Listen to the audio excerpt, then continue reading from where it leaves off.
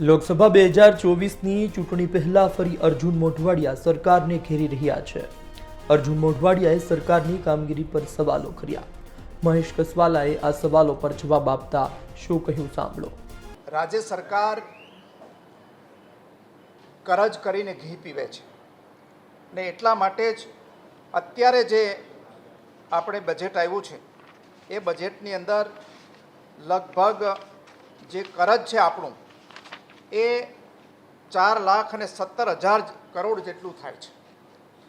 એટલે આટલું ઊંચું કરજ હોવાને કારણે આ સરકારના લગભગ 47% જેટલા પૈસા તો એમના પગાર ચૂકવવામાં, પેન્શન ચૂકવવામાં અને વ્યાજ ચૂકવવામાં જાય છે અને બાકીના 25,000 કરોડ રૂપિયા જેટલો દર વર્ષે એનો હપ્તો ભરવો પડે છે।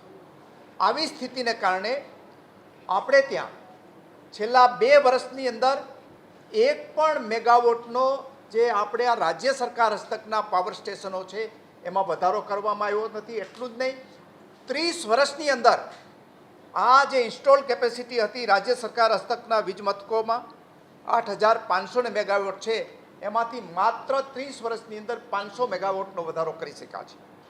જ્યારે સેન્ટ્રલ ગવર્મેન્ટના જે વીજ મથકો છે એમાંથી આપણા ભાગે 7,053 મેગાવોટ આવે છે, ભાગમાં આવે છે।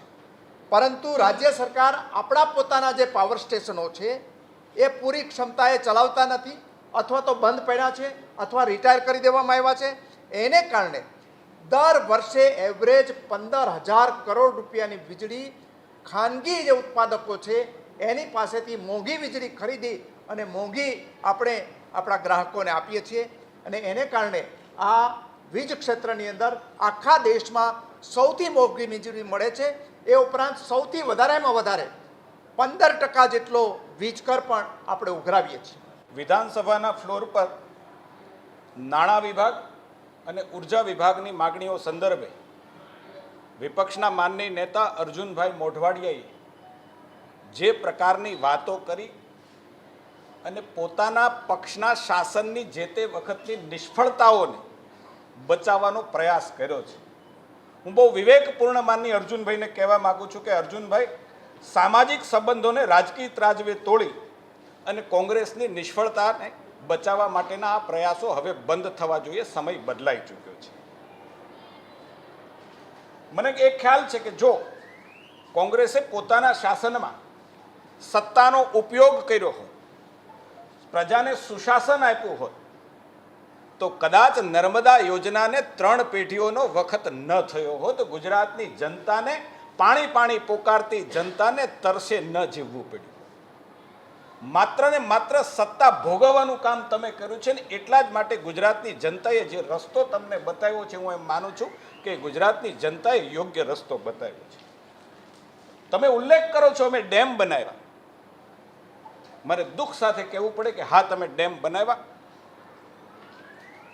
કન્સ્ટ્રક્શન કર્યું, રેતી માટીના પાળા તમે બનાવ્યા, પરંતુ એને ભરવાનું કોઈ એક કામ, પુણ્ય કામ કર્યું હોય, એને લોકોના ગળા સુધી પહોંચાડવાનું કામ કર્યું હોય, ગુજરાતની તરસી જનતાના ઘર સુધી પહોંચાડવાનું કામ કર્યું હોય, નર્મદા યોજનાને ઘરે ઘરે પાણી પહોંચાડવાનું કામ કર્યું હોય, તો એ પુણ્ય કામ કરવાનું સૌભાગ્ય સુશાસન આપનાર દેશના યશસ્વી પ્રધાનમંત્રી જે વખતે મુખ્યમંત્રી હતા એ નરેન્દ્રભાઈને મળ્યું છે।